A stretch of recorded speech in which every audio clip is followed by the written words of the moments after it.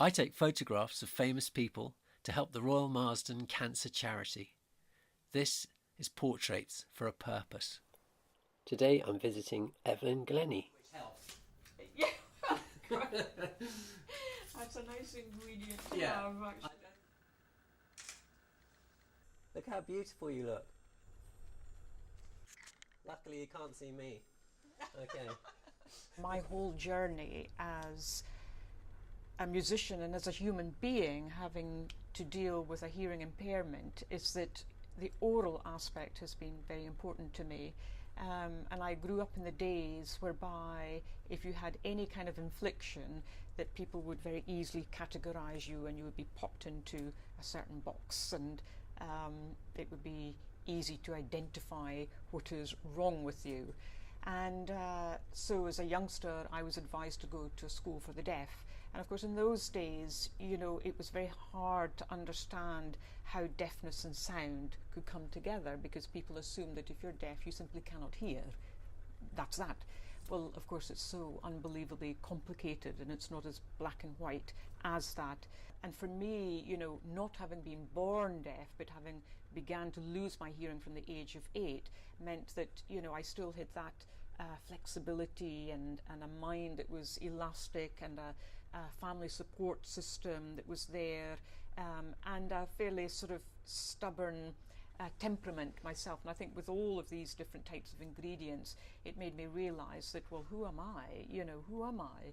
And where I very quickly knew the power of listening to yourself. Sounds very selfish, but that was absolutely crucial, really. Otherwise you had people coming from all directions. But ultimately, you know, I knew that I loved music. I knew that I was happy when I played. Being in the moment when you're creating something is really important, and why it's quite hard to replicate something.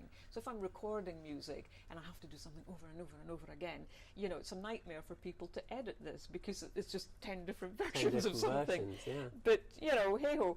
I mean, basically the whole idea of embracing sound as a hearing impaired person was very important to me, and I realised that, you know, I had permission really to accept any kind of sound in any kind of way I wanted. And we've come a long way as regards to you know, how we think about deafness, also about technology, because, you know, technology for deaf people has also, you know, jumped incredibly so. And you know, when we think about the improvement of hearing aids, if we think about cochlear implants now, it's a major step forward for people, and allowing people options as regards to how, you know, they want their future journey to be. I know that you represent a really interesting charity that is based, well, you tell me about it. Absolutely. It's the Elizabeth Foundation, and with the Elizabeth Foundation it's all about targeting babies and preschool kids if they have discovered that there's a hearing impairment there, but bringing the families together as part of this journey, because it can be massively frightening actually for a parent to discover that their child is hearing impaired. Often the feeling is the immediate sense of categorization. Oh my God, they're not going to hear for the rest of their life, you know, and oh, they're not going to speak, and they're not going to be able to do this, and it's just this, their shoulders are laden with negatives, really. So the Elizabeth Foundation was formed by, you know, a mum and a dad who happened to have a profoundly deaf child, and they were so wanting her to be immersed in a world of sound and to be able to speak. And so really, literally from their home, from their living room, they set up these sort of little activities, and then gradually more parents came in and set up these classes and workshops and discovered that, wow, you know, we might have something really special here. And their daughter happened to be called Elizabeth, hence the Elizabeth Foundation.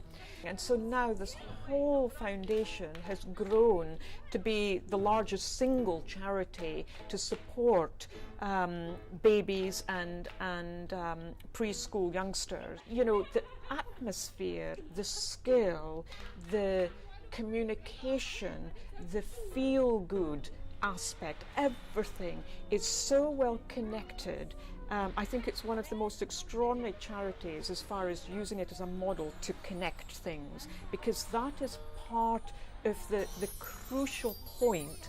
You know, it's all very well treating the youngster or educating the youngster or focusing on the youngster, but when that child leaves the centre, then what's the environment? So that home environment and understanding with the parents and so on is absolutely crucial. And the results, I mean, you know, you see these youngsters growing up now and they are completely oral. The fact is that it's the individual that's focused on first and foremost, the child, you know, as a person, you know, not as a deaf person, but as a person, you know, just this flower that is just so eager to soak things up and to participate and explore and be curious and all of that. So really it is a foundation that is about listening, about communication, about talking, speech, all of this sort of thing. So then that person, as they grow up, can have a choice. They can have a choice, but the world is far more open to them by having that choice. And I love your crazy collection in this room. It's just amazing. You must have almost everything that exists. Oh no, not yet, but the idea really has been this fascination of collecting instruments over the years, and of course some of them are, as you can see, are very small and some are large, but the thing is that every single object has its sound, really. It can be a little bit of magic depending on how you use it, when you use it, what it's used for, and so on. So play this. Yeah. Oh yeah, I love that. I like that. That's the one. That's the one.